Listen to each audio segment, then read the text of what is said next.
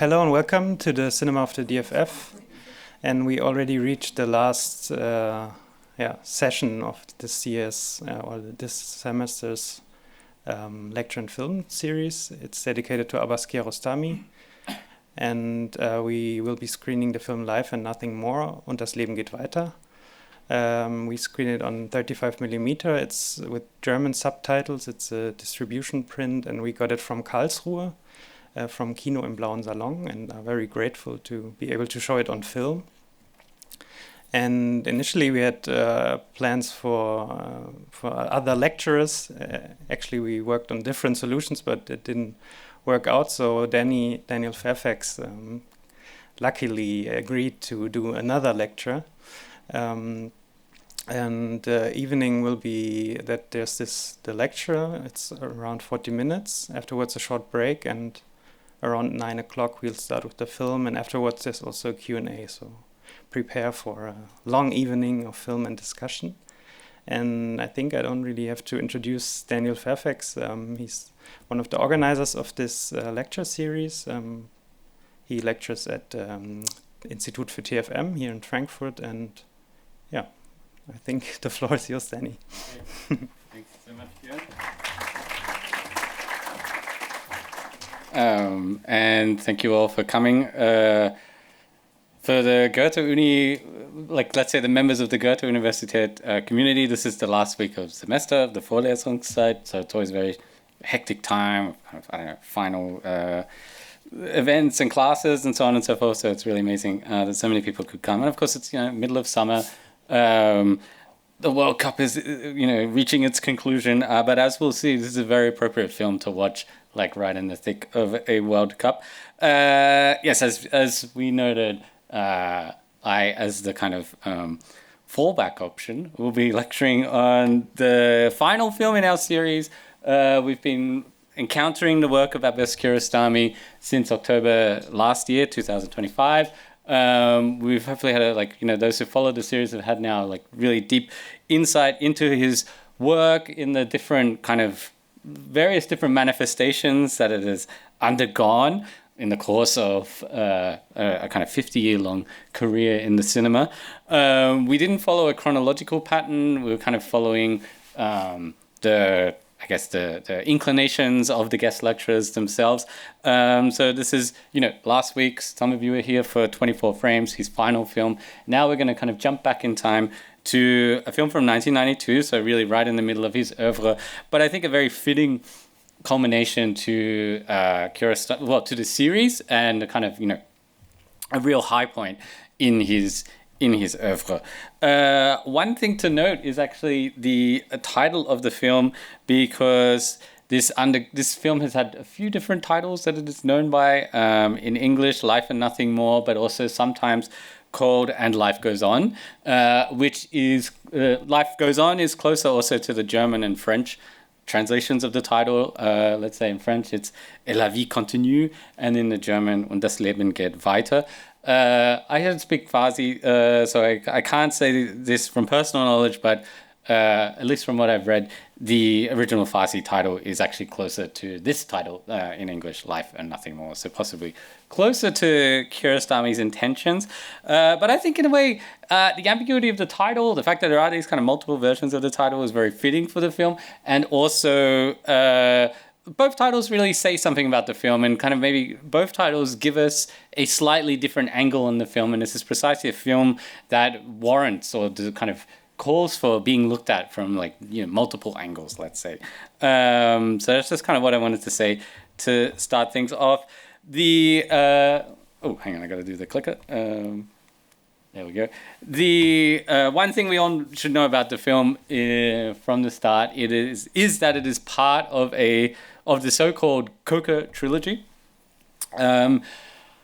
We should note, though, that this is a trilogy that Kiarostami didn't himself accept as such. He never spoke of these films as a trilogy. This is kind of a term that has really risen more in the critical reception of his work. It constitutes the three films that we have here. Where is the Friend's House in 1987, Life and Nothing More, the second film in the trilogy from 1992, and then Through the Olive Trees from 1994. those of you who have been assiduously following the series will have already seen Where is the Friend's House and Through the Olive Trees, so parts 1 and part 3, and now we're going back to part 2. So we're following this trilogy in, let's say, a non-linear fashion, but I think that can also be a rewarding way to kind of take in these films. And I will also, like, later in the lecture, suggest a kind of maybe another kind of, let's say, logical progression in Kiarostami's own work. The term Coca trilogy derives above all from the term derives particularly from the place that all 3 films are set in, or that all 3 films kind of revolve around. And this is a very small village to the northwest of Tehran in the Gilan province of Iran, where is the Friend's House was originally filmed. And that is returned to in the subsequent 2 films, Life and Nothing More, and Through the Olive Tree. So there's, first of all, a kind of geographical place that unites the 3 films in this purported trilogy, at least. Secondly, they're united by common characters, but in a very interesting way. And we'll get into how this works. There's a kind of shifts in the let's say, the status of the characters who we see from one film to another. A character in the first film then is revealed as an actor in the second film. And likewise, between the second and the third film, we see kind of, characters in the first revealed to be actors in the second, characters in the second revealed to be actors in the third. So there's kind of shifts in the status, let's say, we ascribe to the characters who we see on the film, even though they're often played by the same actors, or like actors are repeatedly present in the film, from film to film.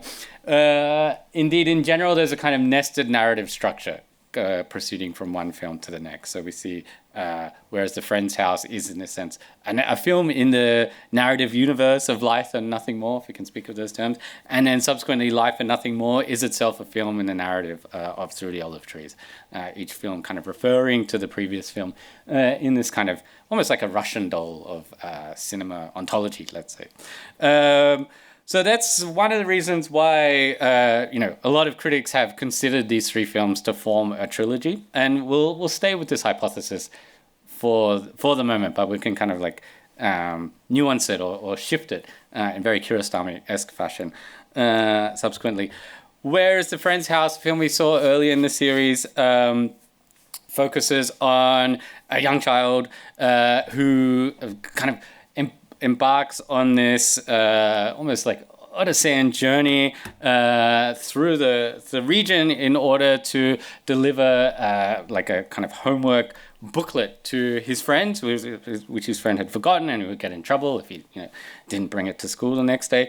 And this is really the starting point of the trilogy, but also like in essence the starting point, not of Kiarostami's career as a filmmaker, because he'd been making films for nearly 20 years up until then, but certainly the starting point of this kind of international recognition of his oeuvre.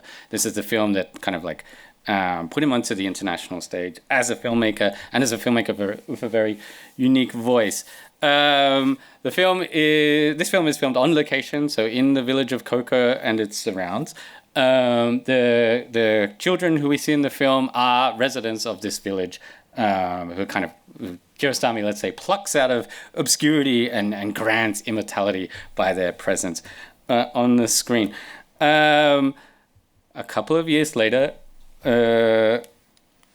disaster strikes this area. In 1990, there is an earthquake in the region. This is called the Manjil-Rudba earthquake, named after the two major towns in this area, Manjil and Rudba, which are where the epicenter of the earthquake strikes. So you can see on the map here, this kind of black star is where the earthquake's epicenter is, and the intensity of the tremors from this seismic event really focalize on this particular region. And this is an incredibly destructive earthquake. Interestingly enough, this is an earthquake that I assume remains very present in the Iranian cultural memory. But if something like this happened in Germany or even Europe, like we would still be thinking about this and still be kind of, I think socially traumatized by it. In terms of the presence of this earthquake in the Western cultural imaginary, it's probably largely actually due to Kiarostami's films and the fact that he makes a film responding very directly to the earthquake. Just to give a few stats, so the earthquake takes place on June 20th, or actually in the late at night on June 20th, so half past midnight, the night of the 20th to the 21st, and there is an estimated 35,000 to 50,000 deaths as a result of the earthquake, and roughly 400,000 people are made homeless, and basically entire towns are just wiped out by the earthquake, just left in a complete state of rubble. Particularly, there was kind of like traditional, let's say, residential buildings in Iran were made with unreinforced masonry, certainly in this region, and these were most particularly affected by the destructive effects of the earthquake. So an incredibly, particularly for this region, but really for the nation as a large, it's kind of like very traumatic event that affects Kiarostami on a personal level very deeply, because this is the exact location essentially where he had filmed a couple of years earlier with people like from the region.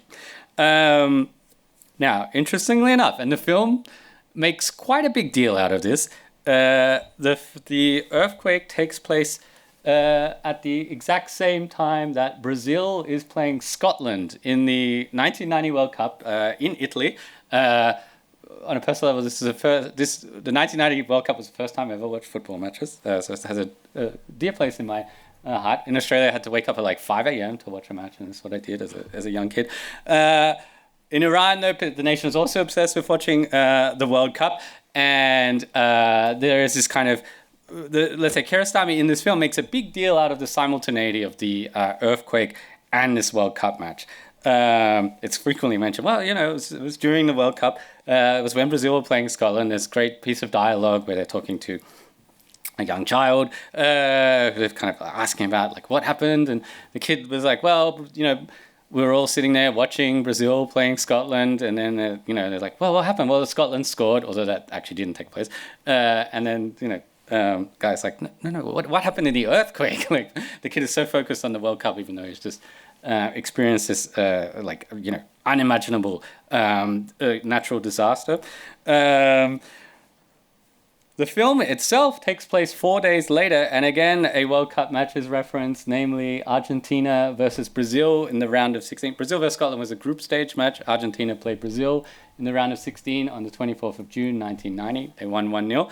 And again, reference is made to the fact that the townsfolk, their houses are destroyed, family members killed, life is in tatters, and yet what they really focused on in this particular day is getting the antenna to work so that they can watch Brazil versus Argentina. So you can see this is like what football means to them, what the World Cup means to them, and again, visitor asked this question like, why are you watching the World Cup? Like you've just had just been this devastating earthquake, and the answer is of course, well, the World Cup's only every 4 years. Like you gotta watch it. I'm very glad that we did not go up against a World Cup match tonight, which we did for the last few weeks. But luckily, we've been spared that termine collision. But probably a lot of you in the room are getting into World Cup spirits themselves. I know I am. So very fitting that we're watching this film at this particular historical moment. One could say this juxtaposition between the earthquake on the one hand and the World Cup on the other hand stands in for a kind of, let's say, juxtaposition of or opposition between death and life on the other hand. Death represented by the earthquake, there's kind of thousands and thousands of fatalities that was caused, and life by the World Cup, by football, by the magic of this sporting event. And this signifies the kind of, the ethos of the film, at least as the French/German/ one of the English translations of the title has it. Life goes on. Well, even in the worst imaginable disaster, like you have to move on. You have to keep living. You have to do what you do, whether that's watch the World Cup, whether that's kind of, as we'll also see, like, get married, continue with life. There are two ways we could read this, I would argue. One is a kind of maybe more critical idea that this is a kind of denial of death, a kind of repression of like the enormity of mortality. Like we can't process this. This is such a, like the massive, devastating event that, we just have to mentally like repress it. And then what better way to mentally repress something than watch football?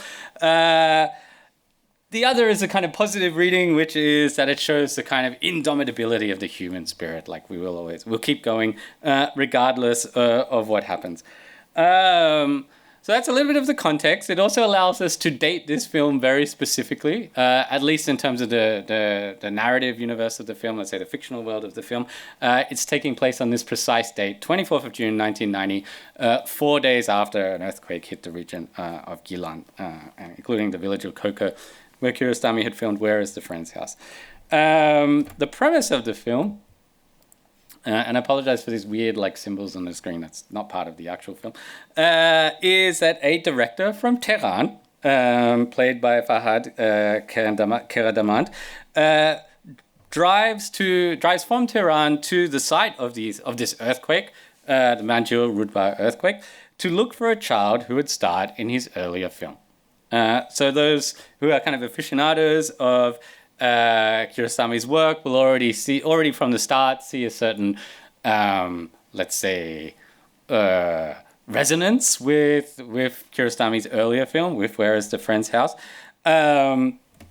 Initially, though, the director's identity is really never essentially revealed.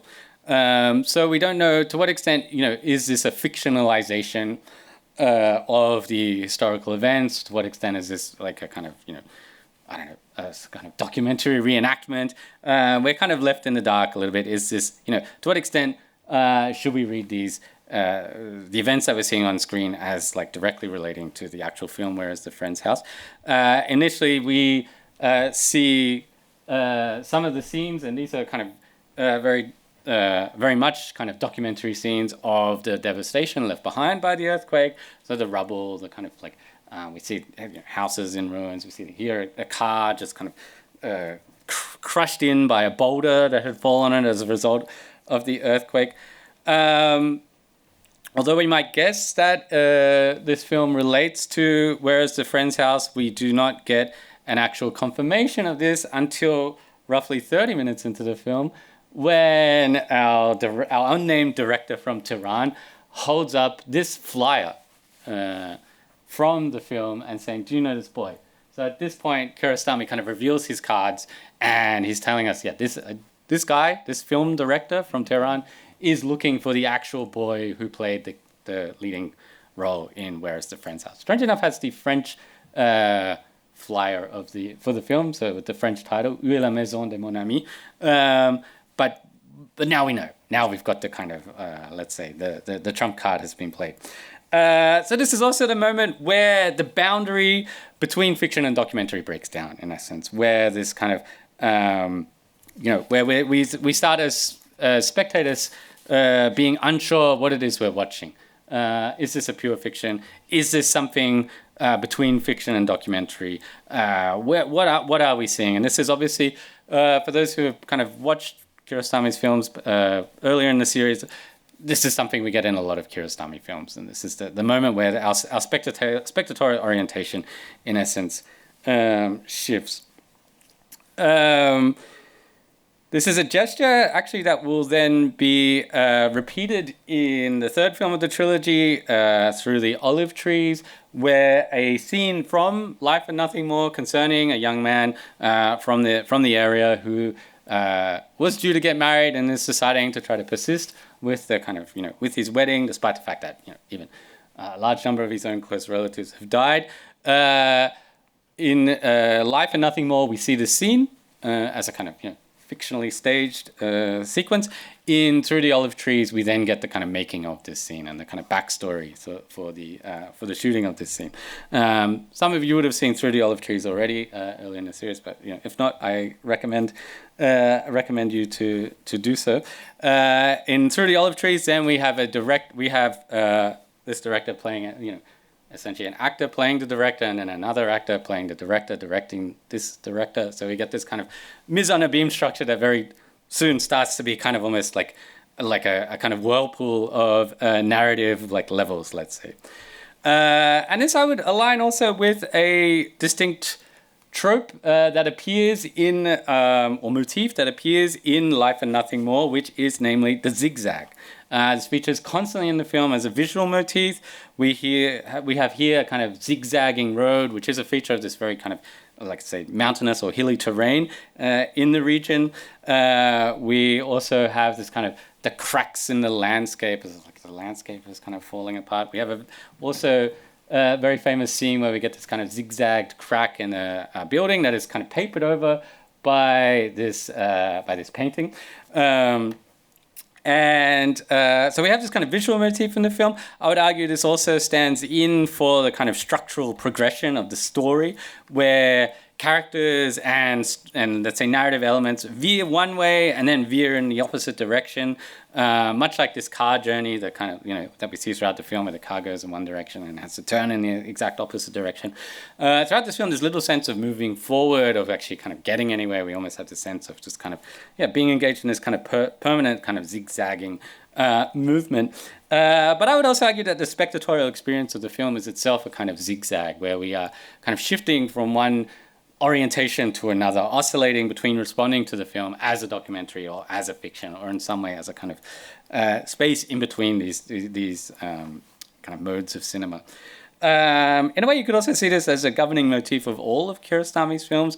As spectators, when we're watching his films, we think we're going in one direction, and then suddenly, at some point in the film, we're kind of yanked in another direction. And I think, in this sense, Life and Nothing More is somehow the kind of crystallization of his entire oeuvre. So that's the kind of argument I would make for the film.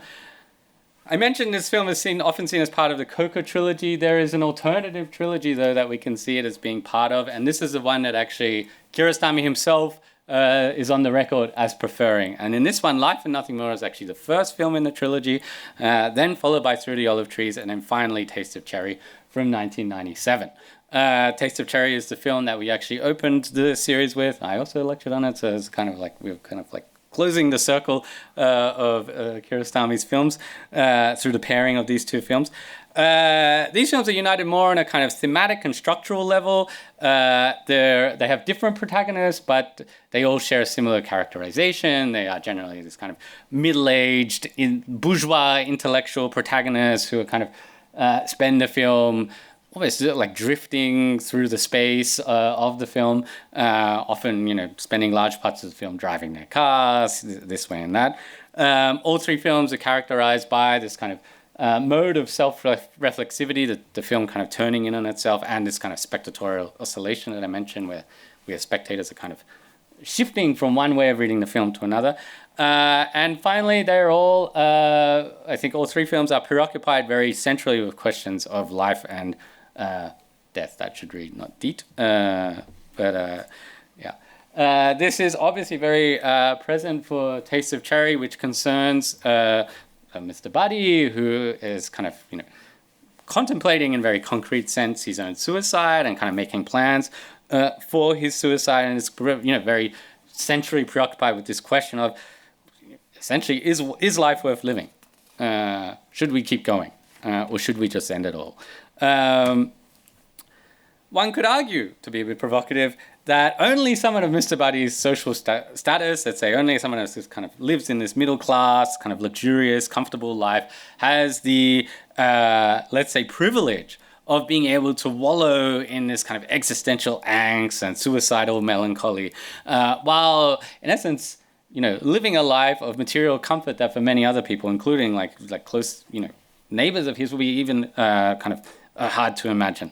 Those who have to toil and struggle through life have no choice, one could say, but to persevere with life, no matter how many traumatic experiences they go through. And in the case of Life and Nothing More, we see this kind of tremendous traumatic experience that the entire region suffers. Iranian history, of course, is really striated by trauma, whether this takes the form of revolution, war, natural disasters, political repression, or economic crisis. This is a country which has experienced its definite fair share of kind of traumatic catastrophes. So obviously it continues today with the massacres of committed by the Islamic Republic earlier in the year of protesters against the regime, and then more recently, of course, the US-Israeli war on Iran. So this is kind of a story that keeps going. And yet the life goes on. The struggle for survival goes on.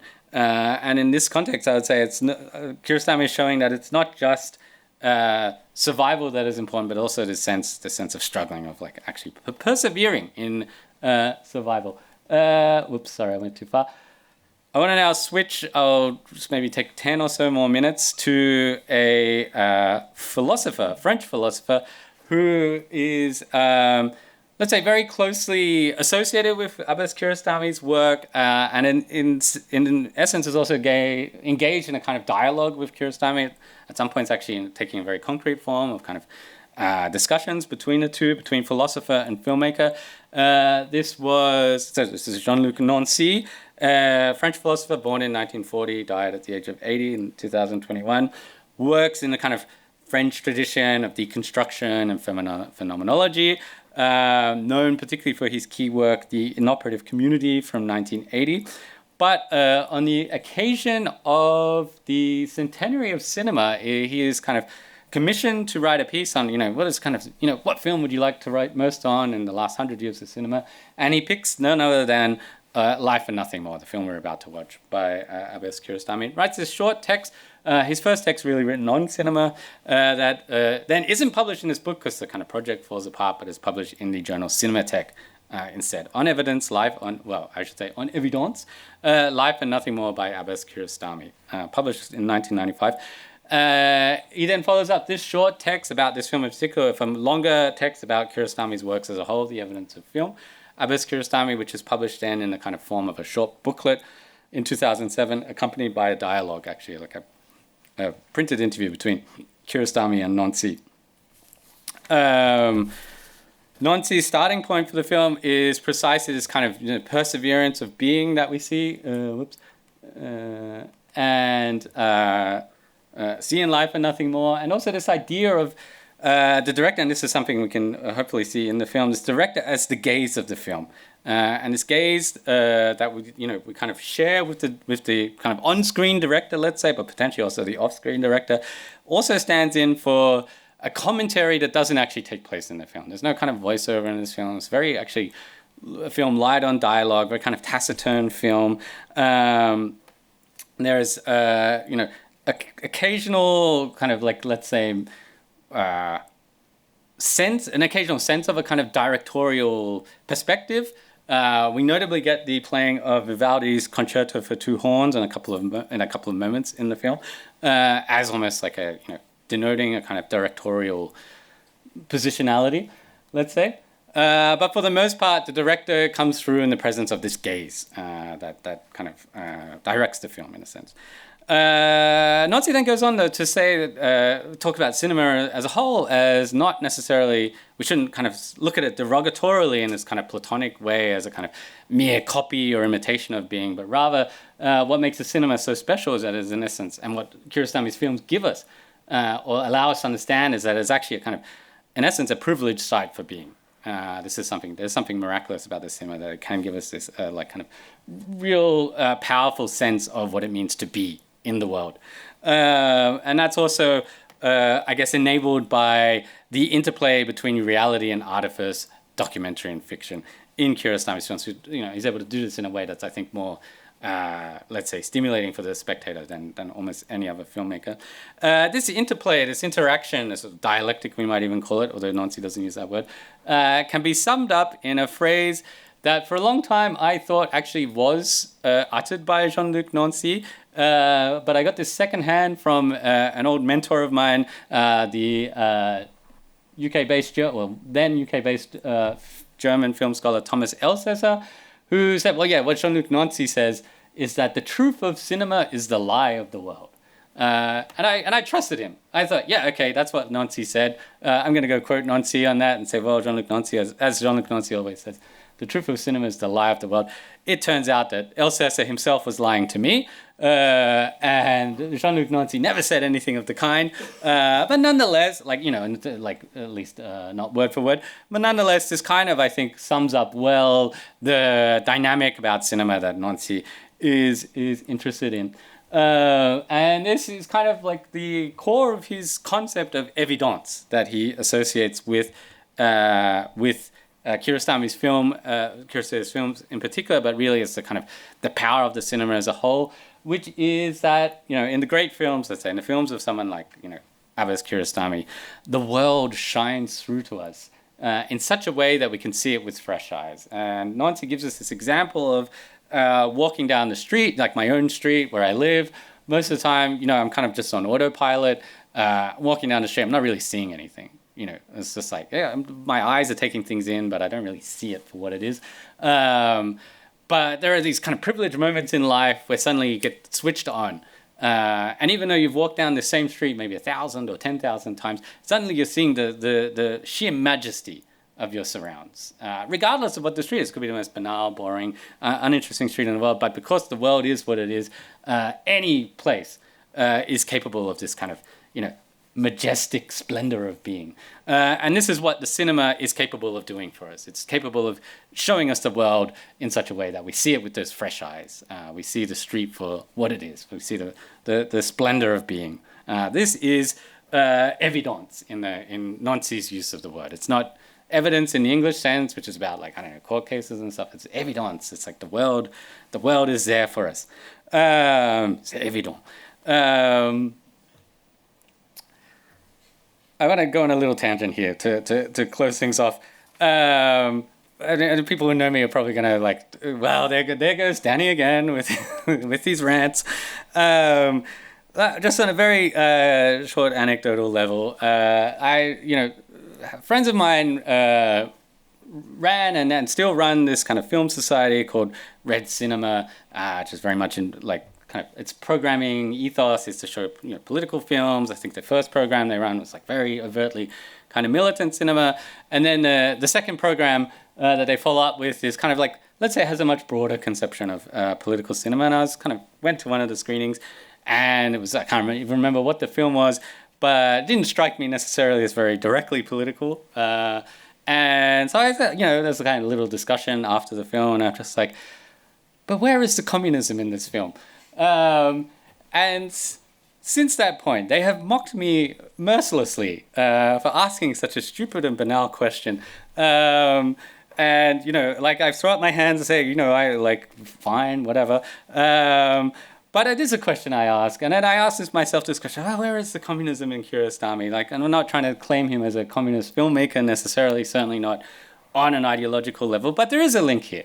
Because Jean-Luc Nancy himself, later, 2009, participates in this conference in London called The Idea of Communism. And this is one of the kind of, I would say, one of the landmark events in philosophy in the last couple of decades, which is has basically all of the great philosophers of the world gathering together under the initiative of, I think, Slavoj Žižek, Alain Badiou, Jacques Rancière, to talk about the idea of communism. And in essence, to kind of rehabilitate the term communism as a contemporary philosophical term, as something that we can still kind of mobilize for our contemporary political situation. Obviously, after 1989, communism became, like, the dirty word, like the most dirty word of all. No one in respectable society would ever, like, dare to utter it or dare to say, you know, I'm a communism. I think communism's not so bad. And in 2009, you know, these kind of European philosophers or global philosophers come out and say, no, we need to rescue this term. So they all give their kind of talks about how they understand the word communism, the idea of communism. And Nancy is part of this conference, part of this grouping, and talks about, he gives this lecture entitled Communism, the Word. And he is really interested in communism as an ontology rather than a politics. That is to say, not necessarily communism in the sense of Marxism, of Lenin, of the Soviet Union, of the Bolsheviks, of the Russian Revolution, and so on and so forth. Not a kind of organized political movement, not a political tradition, not even a kind of just a broader set of ideas, but rather a mode of being. What does it mean to be communist in this kind of very fundamental sense? And the answer he gives is this. To be is to become. No sniggering up the back. He essentially does this kind of etymological derivation of the word communism and says, well, it all comes from the word come, which is the Latin word for with, for those of you without dirty minds. And essentially associates it to this idea, this kind of very phenomenological, if not Heideggerian idea of being with. That what being essentially is not like you're this kind of lone, atomized individual, like with no relations to the rest of the world, but by being in the world, you are being with others. being means being with, means being come. Actually, the example that he gives of what, like, and this is at the very moment when he utters this kind of like, let's say, vital phrase, to be is to become.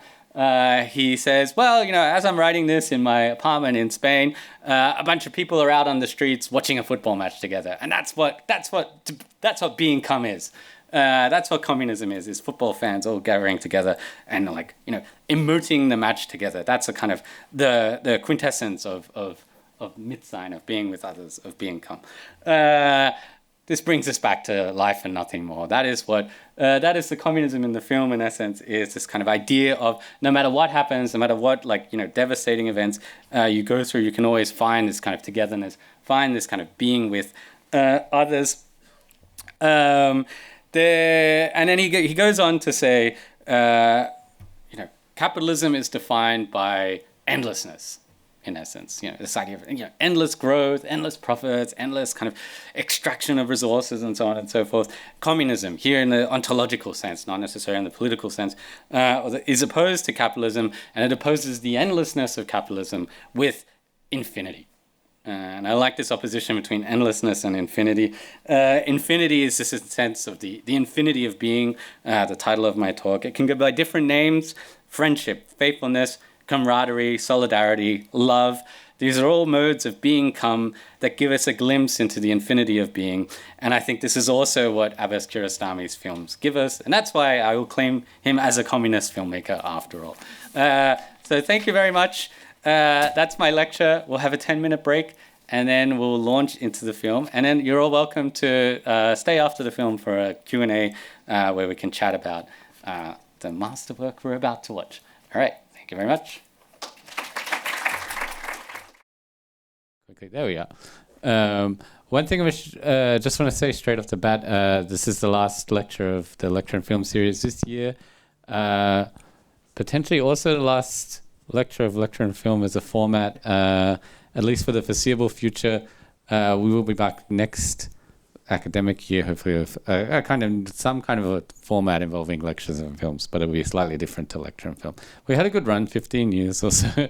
I think we can be very proud of all the films that we showed and all the guests that we had in lectures and the kind of dialogue that we've had with the audience over the years. And this is the end for the moment, at least. But I'm sure it will eventually. There'll be more lectures and more form. film. Yeah. more audience discussions, which is the best bit of lecture and film.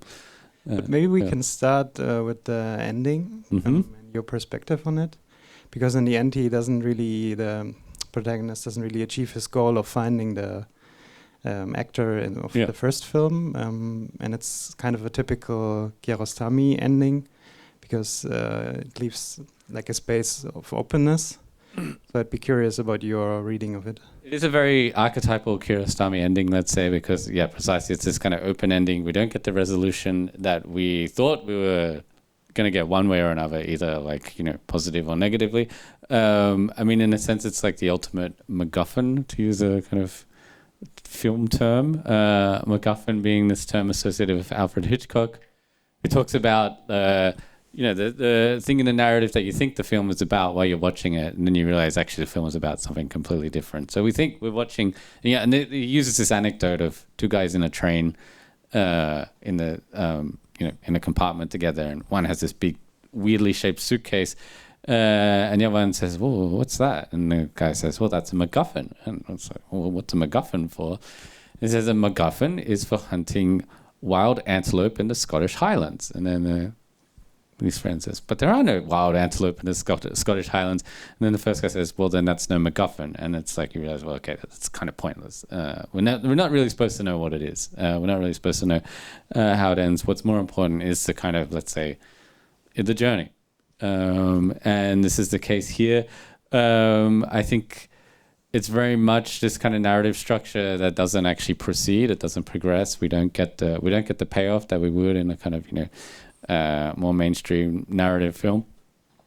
But instead, I mean, I can take the temperature in the room. I think it's nonetheless a very satisfying ending, because we get a kind of, I don't know, a sense for the humanity of the place, and a sense for I don't know, just these kind of small achievements that we get, even if the big kind of ostensible goal of this mission is not reached, at least as far as we can tell. Maybe it will be, maybe it won't be. We're never really to know. But nonetheless, I think the scene is very touching right at the end.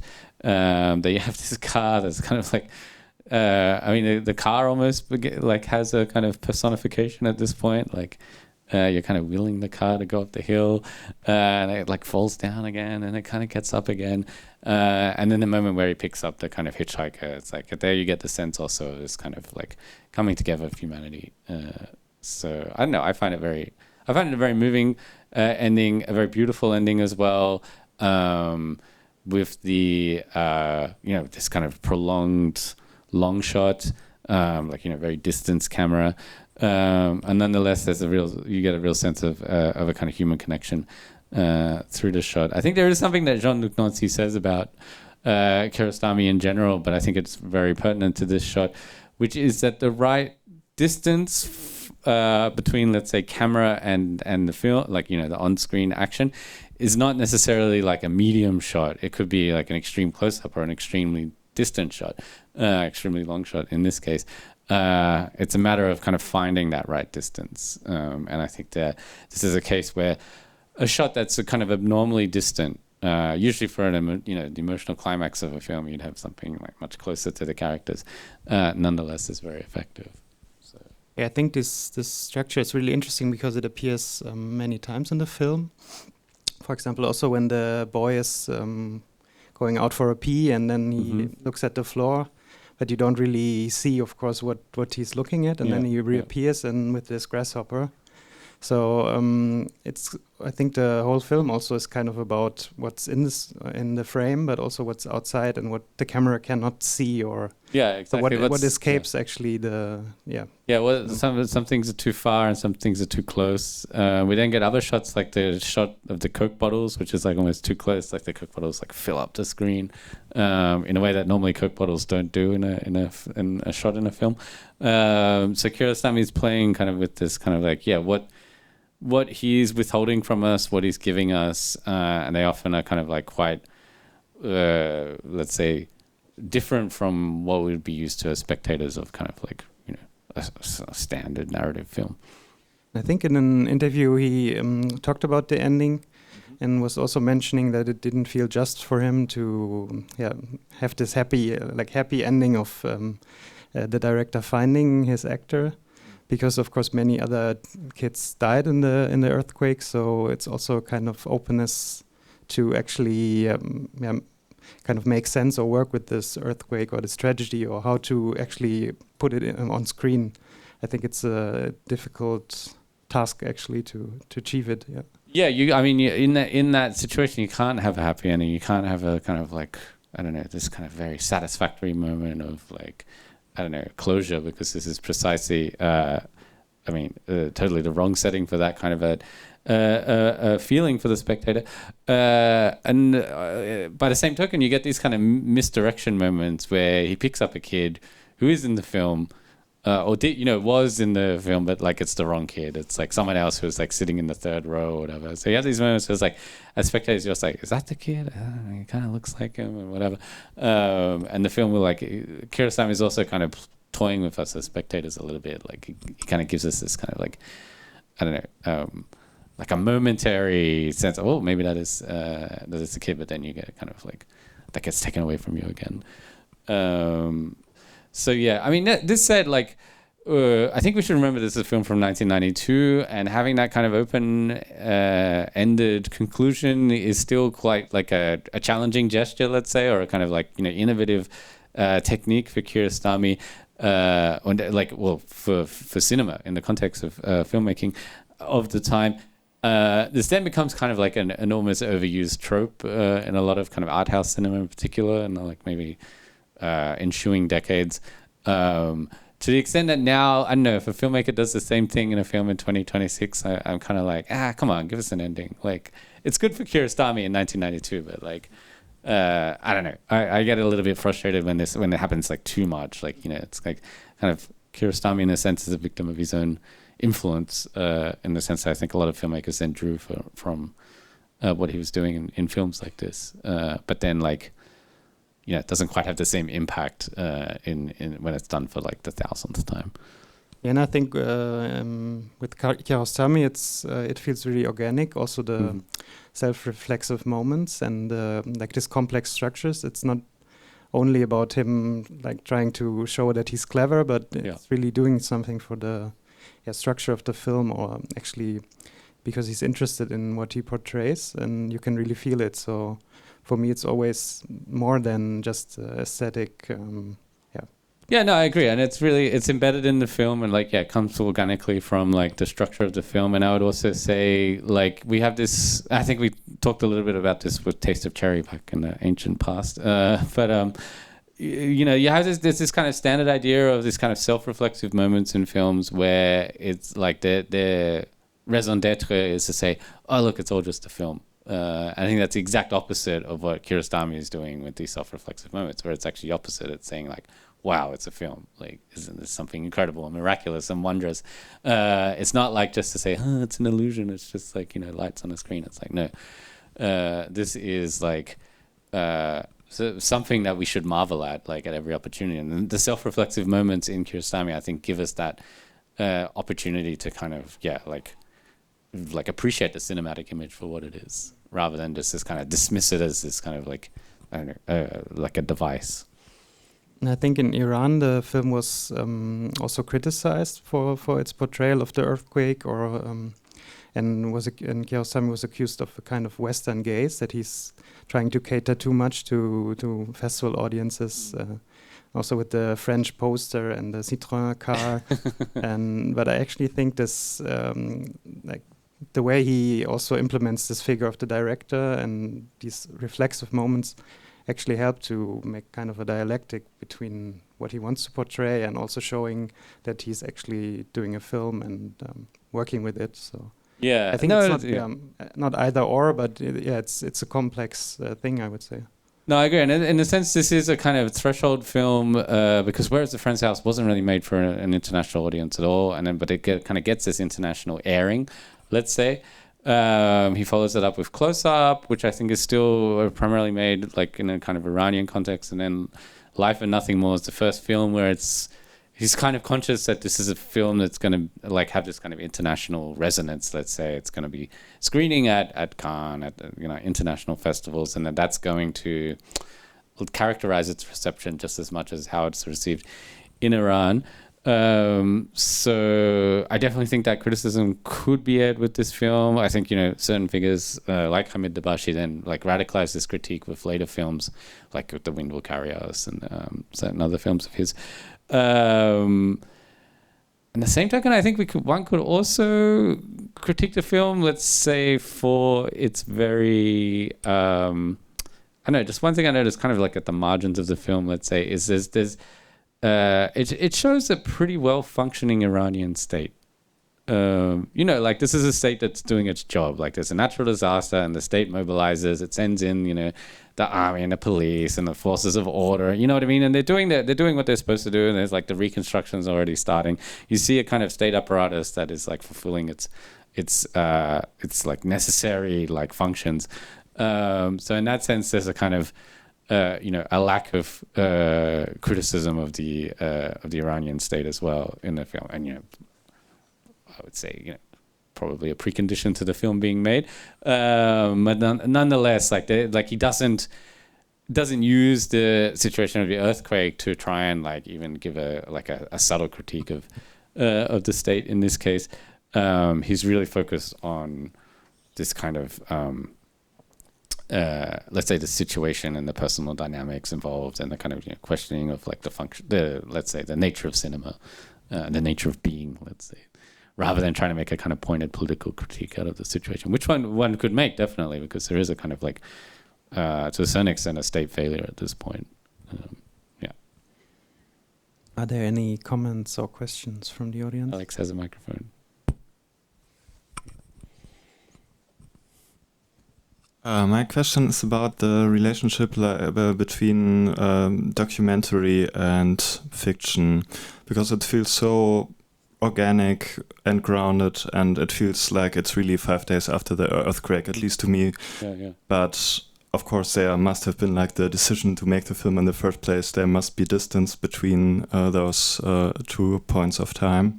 And also, I was interested in like all these moments in like the traffic jam. These also felt like a little bit unscripted, and if there was like any kind of improvisation and like real documentary stuff in the film that was not scripted or not acted, but really happened in a way in that moment. Yeah, no, that's an excellent question, because I think this is something that a lot of people ask themselves watching this film. He worked with very loose scripts, more with like script treatments than like totally written out scripts, and including in this film, and left himself like a large margin for like improvisation in the broader sense. Let's say like being open to, let's say the aleatory in the film, like, the film can take certain directions based on what's happening like around the camera. It was nonetheless, I mean, yeah, I agree. It really feels like it was filmed like a few days after the earthquake. That wasn't the case. It's kind of filmed several months later to even get the idea, like put in place an entire filmmaking apparatus. You need that kind of time. But nonetheless, what's interesting is obviously this is still a region that is not being reconstructed yet in any significant degree. I mean, the ruined houses are real. You didn't have them built for the film. I showed the image, but this kind of like the boulder on the car. I mean, I don't imagine that was like staged for the film. I think that was just like that was still there from the earthquake.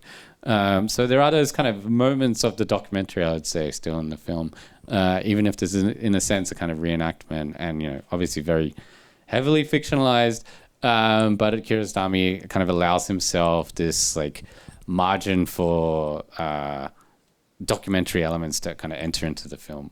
And I would say also, perhaps this is something that's more in a gray zone, and I can't actually say one way or the other. Like some of the encounters with just kind of like local folk are obviously scripted. Other ones, you do wonder, like, is this just kind of like, they grab someone off the side of the road and said, like, could you say this or whatever? I don't know. Like, I actually think I read that he was preparing the film and already traveling there with the camera, and then he was asking people on the street and recorded this, and then later they inserted reverse shots of the director. I mean, this is what he does on a lot of his, specifically the kind of car films. Is you have this kind of like retroactive reconstruction of dialogue, which doesn't actually take place in the in the actual filming. You just get the shots of the person, the interlocutor, the person they're talking to, and then he kind of backfills in the kind of like the reverse shot of like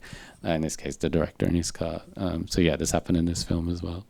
But this is kind of like a definitely a technique in many of Kiarostami's films, particularly in this period. More questions?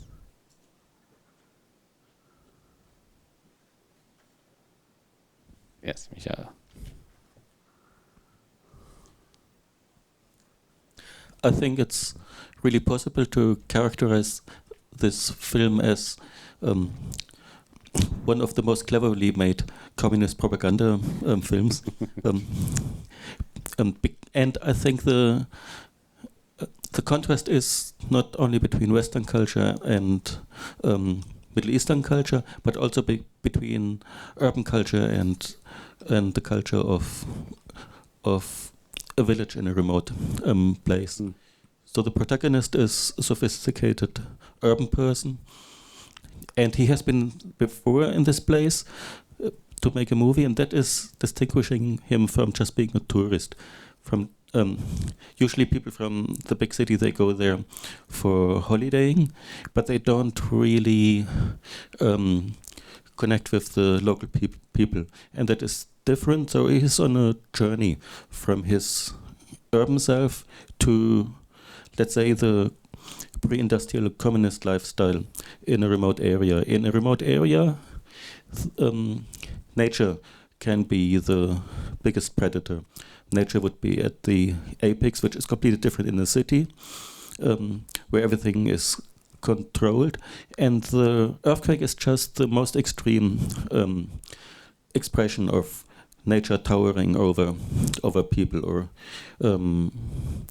nature being more powerful on the lives of people. So it's also a landscape. There would be snow, perhaps, and there would be heat, or water would be scarce in summer. They have managed to have running water. They have but still it's coming from a spring. It's not 100% reliable. So in this place where nature is at the apex, there's much more incentive for people to help each other at every turn, at every occasion. It's natural for people to help each other, while in city life, people are separated, and people are individuals, and he is on a journey to even join this communist lifestyle, pre-industrial communist lifestyle. So that is kind of also the happy ending. So first, he has confidence to leave his son with the villagers to watch the soccer game, and then on the way to meet the boy he is looking for, he is passing over the guy with the gas bottle. So that is still his urban mindset, like individualist or bourgeois, even though he's good-natured. But then this guy, even though he was passed over, he helps him to start the car. And then the next time he is passing him with his car, then he is offering him a ride. So he has arrived there. And I think there is not really an ambiguous ending, because it's clear there are enough hints that he would find the boy. The fact that there are other boys who were in the movie points to the possibility that he would meet them. And then there's word of mouth. There are witnesses who confirm that they are alive. So it's extremely easy to imagine that he would find them, and it's not very likely that they are under the rubble or that they are dead. And so instead of course, there's a difference between communism as something which is following capitalism and socialism. So Marx would describe this as Asian mode of production, or Urkommunismus. Primitive communism. Primitive communism. And of course, traditionally there's a feudal society on top of it, so it's not completely as idyllic, but you'd find this difference between the big cities. We'll find it also in other Middle Eastern or South Asian countries, if you look at difference between Kathmandu and remote villages, for example. I mean, yeah, this is what's interesting about the whole Coco trilogy is this is a place that's actually not very far from Tehran. It's maybe a couple 100 kilometers away. It takes a long time to get there because of the roads, difficult to navigate and so on and so forth. But actually, as the crow flies, it's very close to Tehran, and yet it does seem to be a different universe in a sense, a different, like social stage of development in a very concrete, tangible sense. And I think this is, Iran is going through this process of kind of rapid modernization and industrialization and urbanization, and that's happening in Tehran. But you don't have to go very far to still essentially go back to very traditional like lifestyles, which you could characterize as this kind of Urkommunismus, let's say. Not strictly speaking, but I get what you're getting at with the kind of like lifestyle mode. And then also with the way that people relate to each other, which I think is kind of like very much counterposed in the film to the kind of alienated existence of the kind of, middle class, intellectual, like, educated figure that we get with the director in this film. And with the, let's say the other key figures in this alternative trilogy that I mentioned, so Through the Olive Trees and then Taste of Cherry, as well. So there is this is a unique, I think, moment where those kind of contradictions are almost at their sharpest.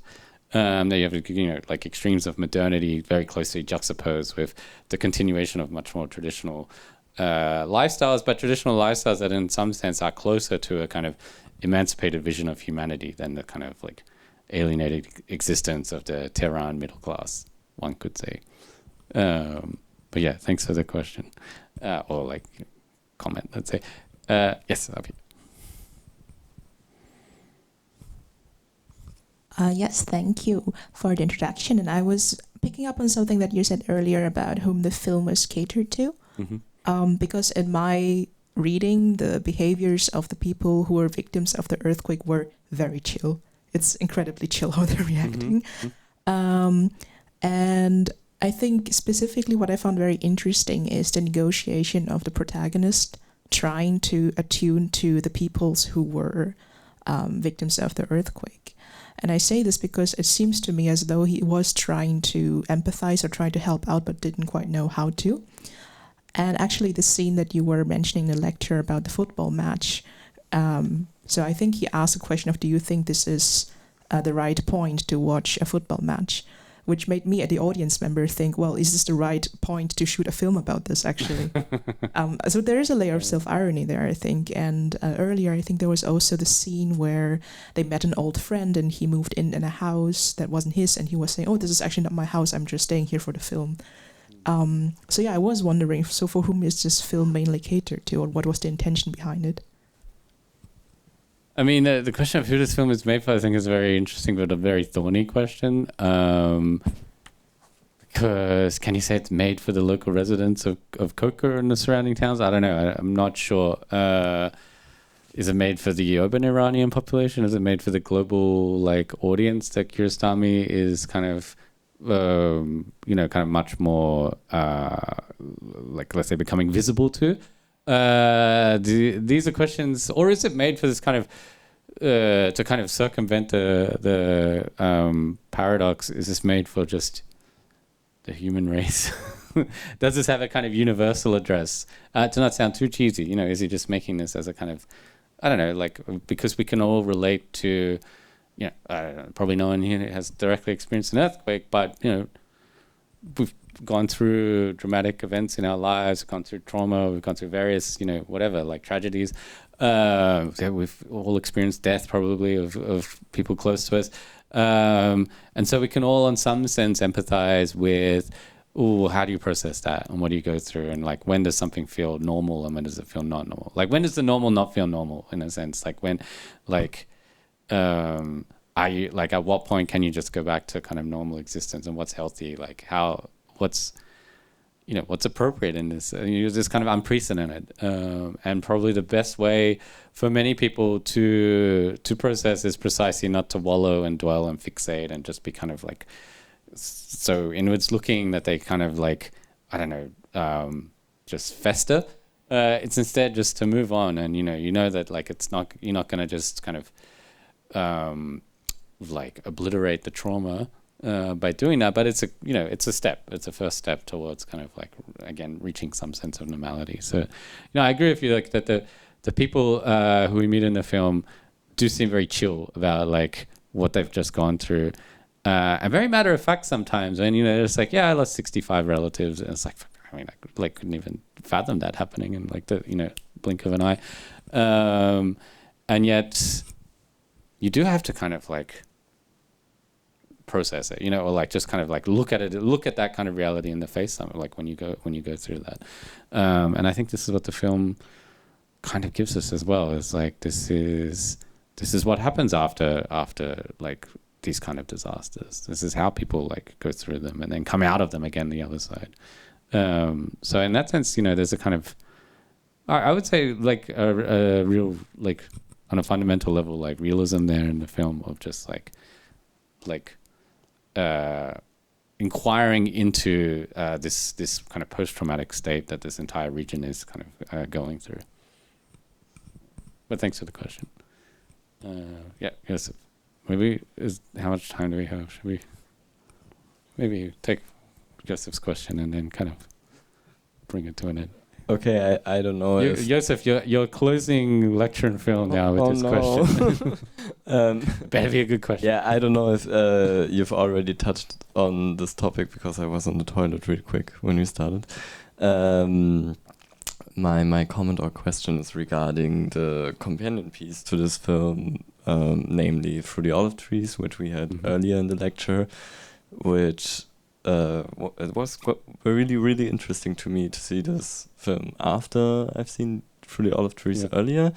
And there are some closing points, like on the narrative level, we just talked about the open ending of the director not finding the actor of the child, but in Through the Olive Trees, that boy is again an actor. Yeah. And so this film after Life Goes On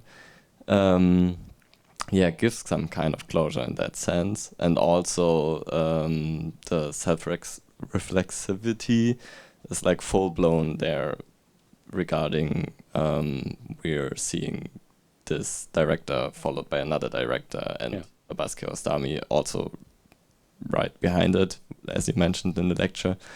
That's quite interesting. Yeah, I mean, this is where like we get this kind of the layer upon layer upon layer of reflexivity at this point. Like it's almost, again, it's kind of like this trope of modernism in the art. It's like, I can like be reflexive, and Kiarostami's like, well, what if we do this like, to the factor of 3, 4, 5, and just keep on adding layers, and then also showing, because I think with Through the Olive Trees, like, to go back to this question, it's like, oh, you watch Life and Nothing More, say you didn't do much research about it, you're watching it like, oh, what's this? They happen to find people, and who are there, and just talk to them and stuff, and then with Through the Olive Trees, you get the extreme level of artifice required to actually give this impression that something was just like flowed naturally in a kind of almost documentary state. So the degree to which he has to kind of like direct this actor, get him to say his lines properly. Like the actor wants to keep on saying different lines. It's like, no, you got to say the line that I wanted you to.